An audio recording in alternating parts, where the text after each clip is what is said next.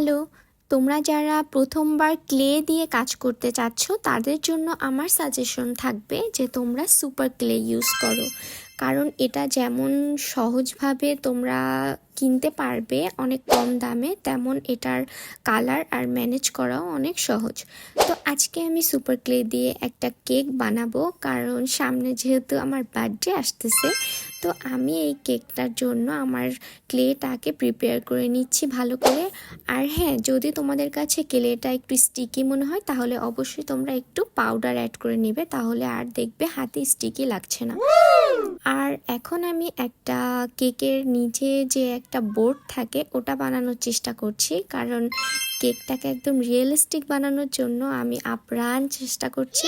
তো সেই জন্য আমি দেখো একটা বোর্ডও বানিয়ে নিচ্ছি। তো এখানে আমি রাউন্ড করে কেচি দিয়ে কেটে নিচ্ছি।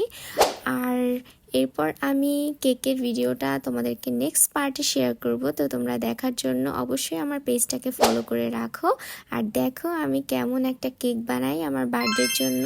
সবাইকে ভিডিওটা দেখার জন্য অনেক অনেক ধন্যবাদ। টাটা।